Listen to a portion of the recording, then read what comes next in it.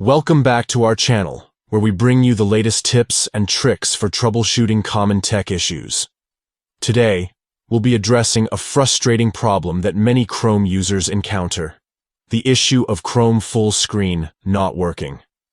But worry not, as we have a simple solution for you. To fix this issue, follow these easy steps.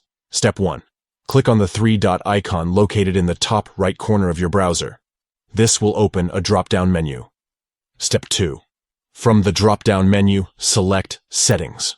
This will take you to the Chrome Settings page. Step 3. In the Settings page, scroll down and click on System. This will open the System settings. Step 4. In the System settings, locate the option that says Use Hardware Acceleration when available, and disable it. Simply uncheck the box next to it. And that's it. You have successfully disabled hardware acceleration, which should resolve the issue of Chrome full screen not working.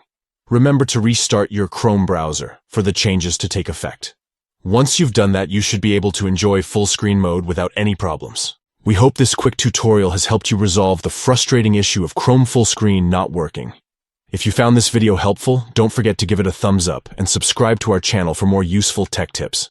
Feel free to leave any questions or suggestions in the comments below. Thanks for watching.